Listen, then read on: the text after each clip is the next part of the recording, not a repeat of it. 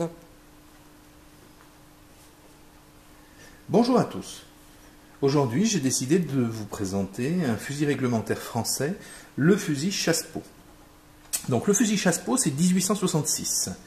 Donc, afin de le mettre dans son contexte, je vous présente les fusils qui seront postérieurs à cette arme. Donc, fusil Chassepot, premier fusil français à culasse utilisant une cartouche à introduction par culasse et non pas par la bouche. Voilà. Donc, l'introduction se fait ici.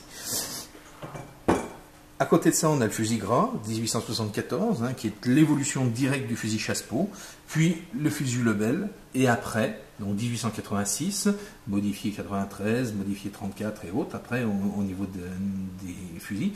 Et puis, on va avoir le fusil Berthier, donc le modèle 1907, modifié 15 et autres. Voilà.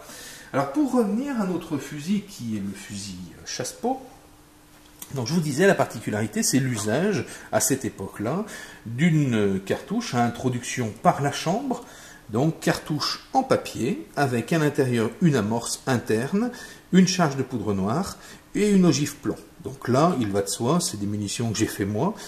Par contre, la munition d'origine avait la particularité d'avoir une ficelle qui tenait l'ogive, qui permettait un blocage complet.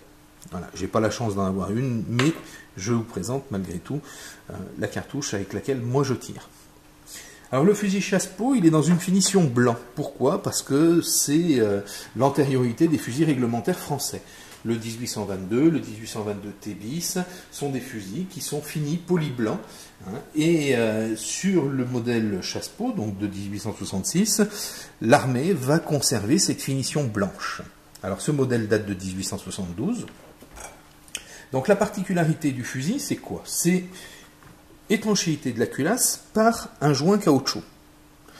Donc ce joint, lorsqu'on manipule la culasse, il va gonfler lors de la fermeture de la culasse, et lors de l'émission de la poudre à l'intérieur de la chambre, le joint étant gonflé, il ne laissera pas échapper la pression vers l'arrière, et va par contre verrouiller la partie arrière pour permettre la propulsion de l'ogive à travers le canon, qui est un canon rayé.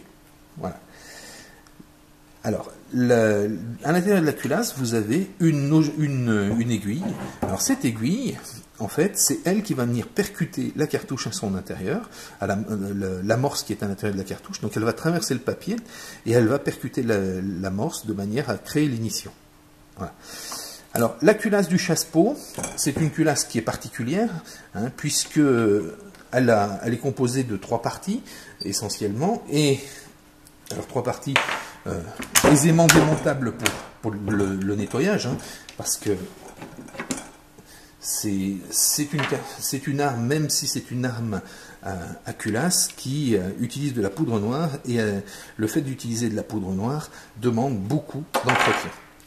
Alors voilà, là on voit la position du joint, donc sur une pièce qui est percée, et on voit bien l'aiguille ici. Cette aiguille vient traverser, elle pénètre, elle traverse, et elle vient percuter l'amorce qui est logée dans la chambre.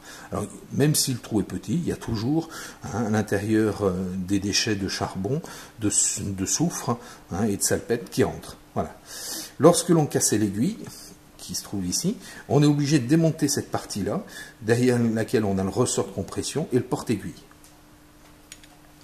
Donc voilà, la culasse du fusil Chassepot, de présenter. La particularité, je vous dis, c'est cette étanchéité qui est formée au niveau de la chambre avec le joint caoutchouc. Alors, le fusil Chassepot va être vraiment novateur, puisque c'est lui qui va engendrer l'évolution des fusils français, fusil à culasse. Voilà. Alors, sur ce fusil, il y a une particularité. Donc, on manœuvre la culasse ainsi, on ferme la culasse, on percute. Par contre, quand vous voulez retourner ouvrir l'arme, vous ne pouvez pas. Vous êtes obligé avec le pouce, c'est pour ça que vous utilisez cette partie-là, de reculer l'arrière de la culasse de manière à l'armer avant de manœuvrer. Voilà. Autre point important, il y a une sécurité. La sécurité, c'est que vous mettez en diagonale. Quand vous êtes en diagonale, vous appuyez sur la queue de culasse et en fait, vous avez un verrouillage qui évitait l'usage intempestif et évitait, bien sûr, à l'aiguille de sortir. Pour réarmer, voilà. Voilà, ça vous permet de voir le fonctionnement du fusil. Cette arme utilisait une baïonnette, qui est une baïonnette de type baïonnette sabre.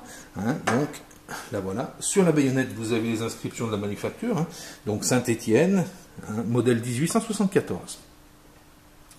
Donc ça, c'est l'année de fabrication de la baïonnette. Voilà. Donc c'est une baïonnette de forme yatagan, hein, et qui va se monter sur l'arme d'une façon particulière, puisqu'on est latéral. Voilà. Donc, pour enlever la baïonnette, toujours le même principe, hein, le bouton poussoir qui permettait de dégager la baïonnette, donc au niveau latéral. On a la baguette est marquée au numéro de l'arme, hein, bien sûr, hein, qui était là, présente pour faire l'entretien de l'arme. Voilà. Eh bien écoutez, je vous ai présenté ce fusil Chassepot, hein, histoire et patrimoine d'armement français, des armes réglementaires. J'espère que cette vidéo vous a plu. Et puis, je vous ferai d'autres vidéos sur les armes présentes ici, de manière à compléter cette histoire de l'armement français. N'hésitez pas, laissez-moi des questions si vous en avez. Et puis, écoutez, malheureusement, je n'ai pas tout. Hein. J'ai beau être un passionné et acquérir, lorsque je le peux, les armes qui me manquent. Mais posez-moi des questions, je suis à votre disposition. Merci encore, à bientôt.